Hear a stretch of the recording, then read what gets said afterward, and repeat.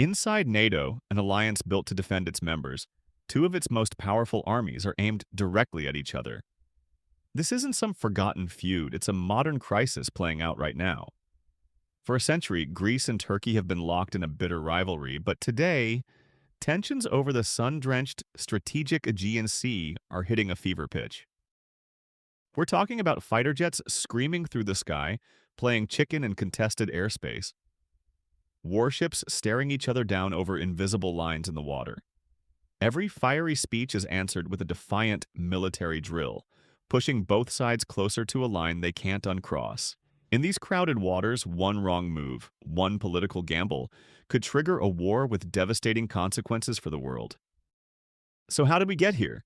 How did two allies end up on the brink, arguing over rocks, sea, and history? And with all this tension, is a real conflict actually on the horizon? To get what's happening in the Aegean today, you have to rewind the clock about 100 years. The whole mess is rooted in the collapse of the Ottoman Empire after World War I, which gave birth to the modern states of Greece and Turkey. Everything comes back to one key document, the 1923 Treaty of Lausanne. This treaty was supposed to settle the borders for good. It gave Greece sovereignty over almost all the islands in the Aegean. The problem? Just look at a map.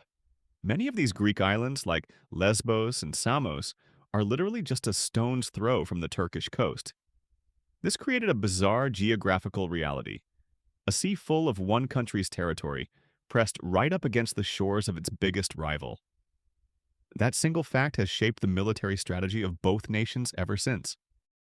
But the Treaty of Lausanne had a catch. It said that key Greek islands in the east had to remain demilitarized. This was meant to reassure Turkey that the islands wouldn't be used as forward bases to attack them. It was a fragile compromise, an attempt to balance Greece's ownership with Turkey's security. And it's this exact issue, demilitarization, that has become one of the most explosive parts of the conflict. Making things even more complicated was the 1936 Montreux Convention, which let Turkey remilitarize the Bosphorus and Dardanelles Straits. Greece points to this today as a reason why it, too, should be able to arm its islands. And then there's Cyprus, the painful, unresolved division of the island, which followed a Greek-backed coup and a Turkish invasion in 1974, has poisoned relations for decades. It created a deep, unshakable mistrust that makes every little spat in the Aegean feel like a major national security crisis. This isn't just a simple disagreement. For Greece, these islands are a core part of their nation, their history, their identity.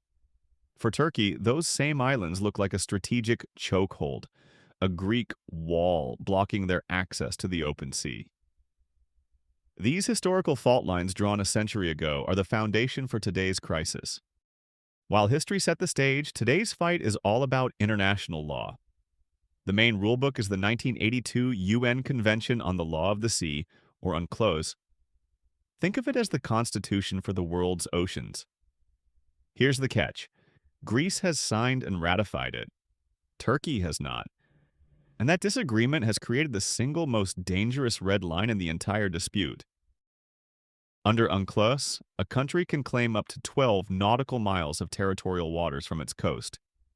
Right now, both Greece and Turkey use a 6-mile limit in the Aegean, but Greece says it has the legal right to double that to 12 miles whenever it wants. For Athens, it's a non-negotiable right backed by international law. For Ankara, that's not a legal right. It's a threat to their existence. If Greece extended its waters to 12 miles, the Aegean would transform overnight. The sea would go from being about 40% Greek sovereign waters to over 70%. International waters would shrink to almost nothing. The Aegean would effectively become a Greek lake. Turkish warships and cargo ships would have to ask for permission to sail through Greek waters just to get out of their own ports. Turkey's response? Absolutely not. In 1995, the Turkish government made a formal declaration. If Greece unilaterally extends its waters to 12 miles, it will be a casus belli, an act of war. That threat has never been taken back. It hangs over every diplomatic meeting, an explicit warning of what could happen. This fight extends to the skies above and the seabed below. Greece claims 10 nautical miles of airspace, but Turkey only recognizes 6 miles to match the territorial waters. This is why we see so many tense encounters, with Turkish jets deliberately flying into the zone Greece claims, triggering mock dogfights with the Hellenic Air Force. And under the waves, there's a battle over the continental shelf and the exclusive economic zone, EEZ. These zones give countries exclusive rights to resources like oil and gas. Greece says even its tiniest islands get a full EEZ. Turkey says that's absurd. They argue that the massive Turkish mainland should be the main factor, and that a tiny Greek island shouldn't rob Turkey of a huge, resource-rich patch of the seabed right off its own coast. This isn't just a debate over principles, it's a fight for potentially trillions of dollars in energy wealth. In recent years, these old disputes have been supercharged.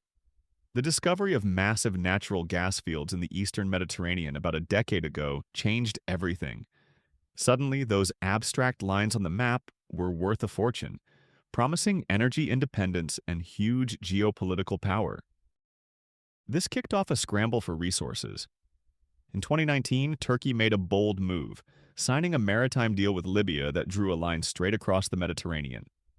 The deal completely ignored the existence of huge Greek islands like Crete and Rhodes, effectively carving them out of their own maritime zones. Greece and its allies called it an illegal provocation, a clear expression of Turkey's blue homeland doctrine, a vision of Turkish dominance at sea. This aggressive maneuvering has been backed by a serious military buildup.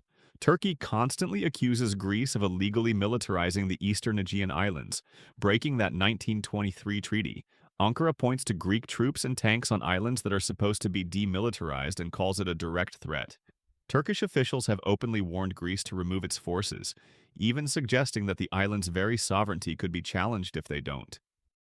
Greece fires back that it has every right to defend its own territory, especially with Turkey's huge army of the Aegean sitting right across the water, a force that seems to exist for the sole purpose of threatening the islands. Athens says its troops are purely defensive and allowed under the UN's right to self-defense. This has sparked an arms race, with Greece recently buying advanced F-35 jets and new French warships. The latest flashpoint is weirdly environmental. In mid-2025, Greece announced plans for 2 large marine parks, one in the Aegean, to protect ocean life. Turkey immediately cried foul, accusing Greece of using conservation as a cover to claim disputed waters. Just weeks later, in a tit-for-tat move, Turkey announced its own maritime conservation plans, drawing zones that overlapped with Greece's and pointedly ignored the rights of Greek islands. This war of the parks shows how even something as positive as environmentalism instantly becomes another weapon in the Aegean playbook. These aren't just diplomatic games. The risk of a real military accident is dangerously high. Back in 1996, the two countries nearly went to war over 2 tiny, uninhabited rocks. It took direct U.S. intervention to stop them. More recently, we've seen tense naval standoffs and fighter jets locking their radar onto one another. With so much military hardware packed into a small space, a hot-headed commander or a simple mistake could light a fire that nobody wants, but everyone is ready for. Now, for the weirdest part of this whole story, Greece and Turkey are allies. They've both been in NATO since 1952. They are legally bound to defend each other. And yet, they have spent the last 50 years building up their militaries and making war plans aimed at each other. This is, without a doubt, one of NATO's biggest and most awkward problems. For NATO, a war between Greece and Turkey would be a complete catastrophe. It would shatter its southern flank and make it impossible to deal with threats from powers like Russia. So, the alliance spends a lot of time trying to play mediator, setting up hotlines and de-escalation measures. But even those efforts can turn into fights. During a recent NATO exercise planning session, a huge argument broke out over whether to label airspace as NATO airspace or national airspace, a tiny detail with massive implications for sovereignty that reportedly led to Turkey pulling some of its assets from the drill. The big global powers are stuck in the middle. The European Union, where Greece is a member, consistently sides with Athens and has condemned Turkey's actions. Greece has even threatened to veto Turkey's access to certain EU defense funds as long as that casus belli threat remains. The United States, meanwhile, is trying to walk a tightrope.